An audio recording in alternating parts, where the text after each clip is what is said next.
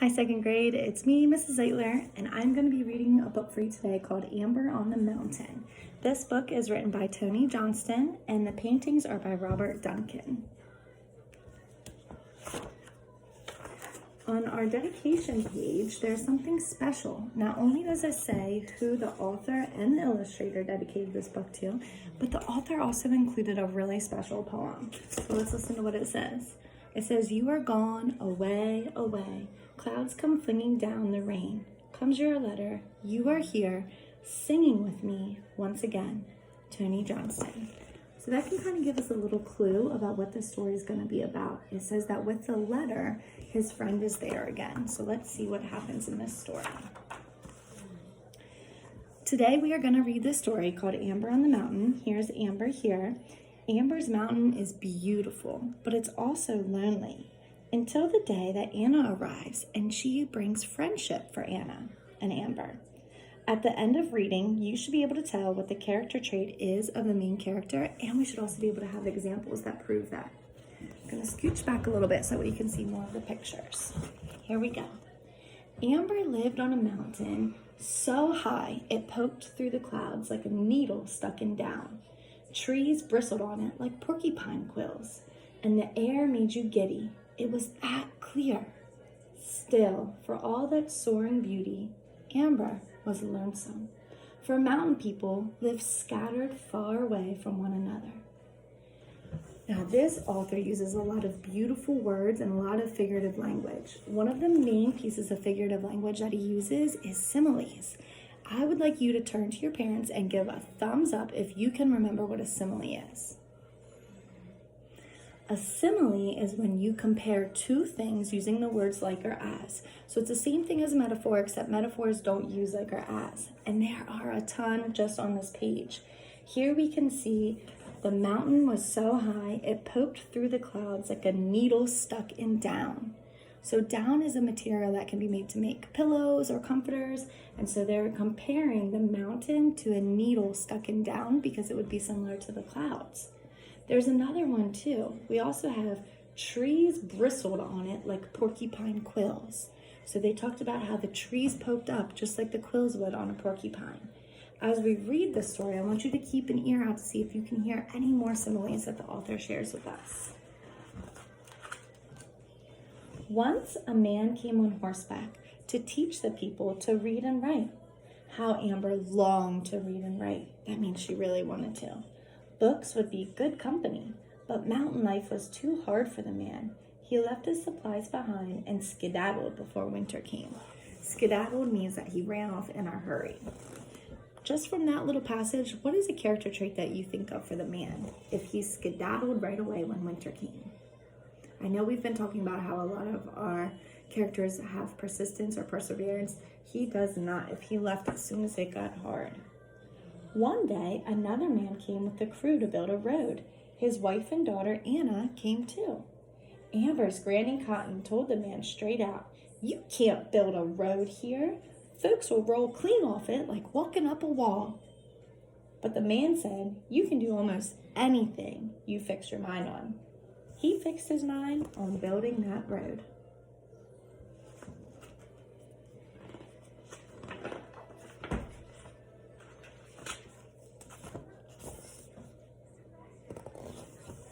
Now, Amber had seen Anna with her family, inching their way up the mountain. She wanted to be friends, but Amber was shy. "I will say hey to her when the time is right," Amber thought. Meanwhile, she watched Anna. One day, Amber was watching Anna lay flopped on her stomach in the meadow, reading a book. The sky was streaked with morning. The air was warm. The grass hummed with bees. Suddenly, up jumped Anna shouting, "Once upon a time," and hopping around crazy as a doodlebug. Amber decided the time was right to say hey. So the reason why Amber was so excited was because she saw that she was reading. She saw that the little girl was enjoying a book in the meadow. Now we know what kind of books normally start with "once upon a time." Yeah, fairy tales. So it sounds like Anna was reading fairy tales. "Hey," she called, "are you crazy?" "Sure," Anna called back. Crazy with spring. Hey yourself. What are you shouting? Asked Amber. A story from my book about a princess spinning gold. Might I hold it? Amber asked. Sure. Amber took the book as if it were a fine and breakable cup. She examined the pages. This tells of a princess. Truly? She asked. So she was curious because she's never seen a book like this. Yep. Want to read it? I don't know how, Amber said. There's no school hereabouts. I forgot, said Anna. She stared at Amber. A stubborn look came into her eyes. Ooh, what are you thinking about these two girls who are becoming friends? Tell a parent or a sibling something that you are thinking about.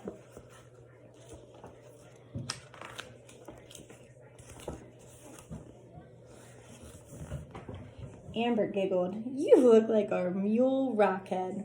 When old Rockhead looks backety, he's up to something sure. Well, I am up to something, said Anna. Daddy says you can do almost anything you fix your mind on. I've just fixed mine on teaching you to read.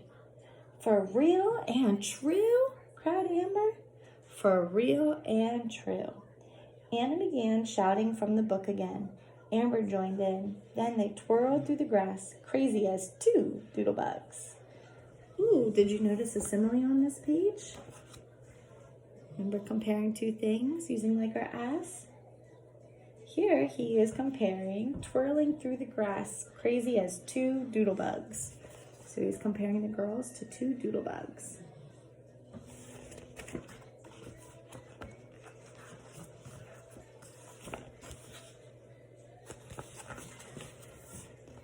After that, Anna and Amber stuck to each other like burrs. Burrs are those little prickers that get stuck on you if you walk through the woods or something sometimes. When Amber did her chores, Anna helped. She learned to slop the pigs, milk the goat, and gather eggs.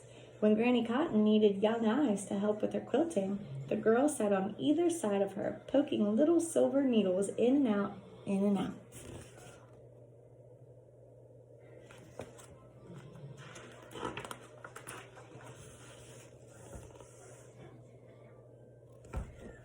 Whatever else they did, every day they practiced reading. Learning to read was like walking up a wall. Amber kept rolling off. These marks are like the chicken tracks in our yard, she moaned. I know for a fact chickens don't write notes to each other. Are you sure that these letters mean something? Certain sure, Amber smiled.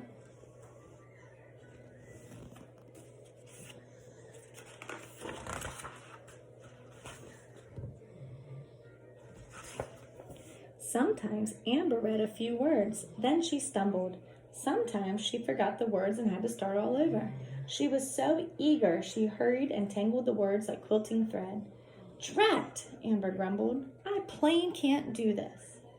You can, said Anna. Just pretend you're old Rockhead. Set your whole self to the task.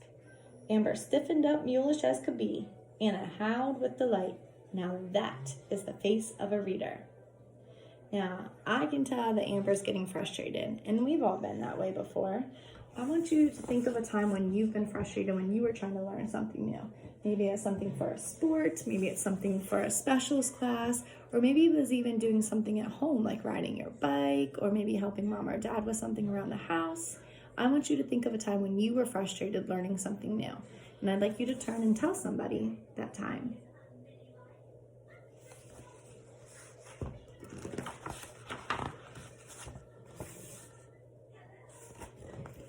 And one day, one very fine day, Amber took the book and read.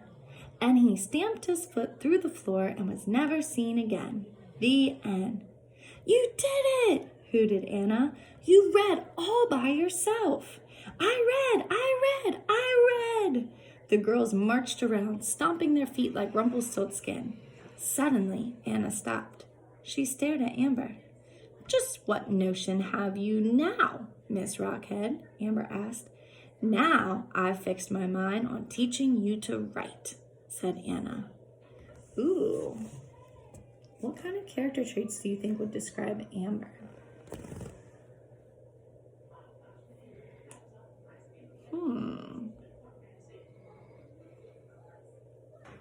I would say persistent, because she continued working hard. She did not give up until she learned how to read. So I think that would definitely be a good one. She does not give up easily. And you all know reading is not an easy task. And she did not have school to do it. So I definitely think persistence would be a good one. Or a hard worker, eager to learn. Those are just some different quality traits that make a good learner in school, and it made a good learner for her as well. But that was not to be. The road was finished. Anna and her family were going home. When the day of parting came, each gave the other a gift. Anna gave Amber her book of fairy tales. Amber gave Anna a little clay mule. Then Amber watched her friend down the mountain till she melted into blue mountain mist. So the girls were excited that she had learned to read, but now they wanted to teach her to write, because we know that writing is a way to put out your feelings. And the sad thing is, though, is they didn't get time to do that because it was time for her family to continue on since the road was finished. Months passed. Mountain people went down the road and learned the ease of city ways. City people came up the road and learned the beauty of mountain ways. And funny thing, not one solitary soul rolled off that road. From time to time, up on the mountain, Amber got a letter from Anna. Then she glowed with happiness. Anna's words set them side by side again, but Amber was sad too. She missed her friend, and she could not tell her so. But one day she got a notion, a wonderful rock-headed notion. "Attention, attention," she announced to the chickens. "I fixed my mind on learning to write. Soon I'll send Anna a letter frilly as lace, and she'll faint right to the floor." So now she's determined again. She learned how to read, but now she wants to learn how to write. She doesn't have her friend teach her, though, so let's see how she figures it out. The chickens paid no attention. Amber didn't care. She ran straight to Granny Cotton, gibbering her news out before she stopped. Granny chuckled. "Child, child, you're peltering me with words thick as spring rain. I feel drenched." Granny was so pleased, she gave Amber the paper and pencils left behind by the teacher long ago.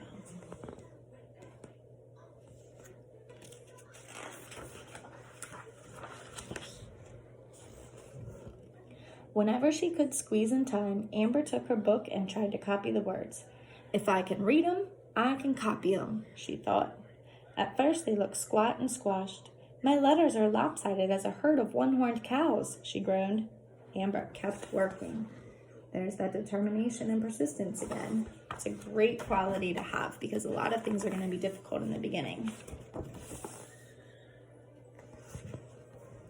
When it snowed and the world outside was muffled in white, she huddled under a quilt so only her hands poked out. Cold and stiff, she formed her letters. When clouds like gray geese flocked in the sky and rain glazed the land, Amber shivered, but she kept working. Her tongue curled to her upper lip in concentration, like a lizard stalking a bug. She squeezed her pencil nearly to splinters. Her fingers hurt. Still, she kept working.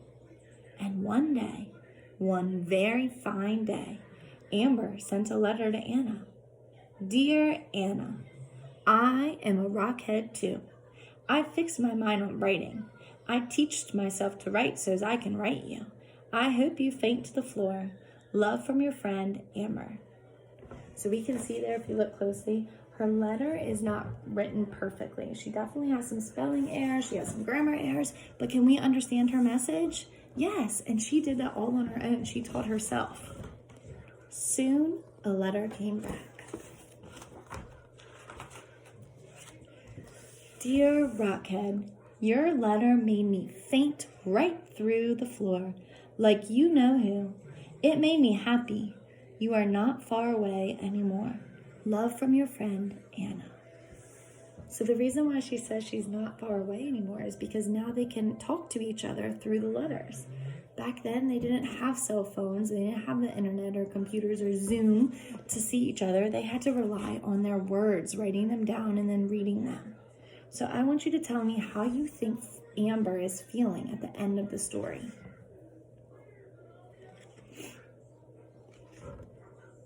How do you know she's feeling this way? What lesson does she learn?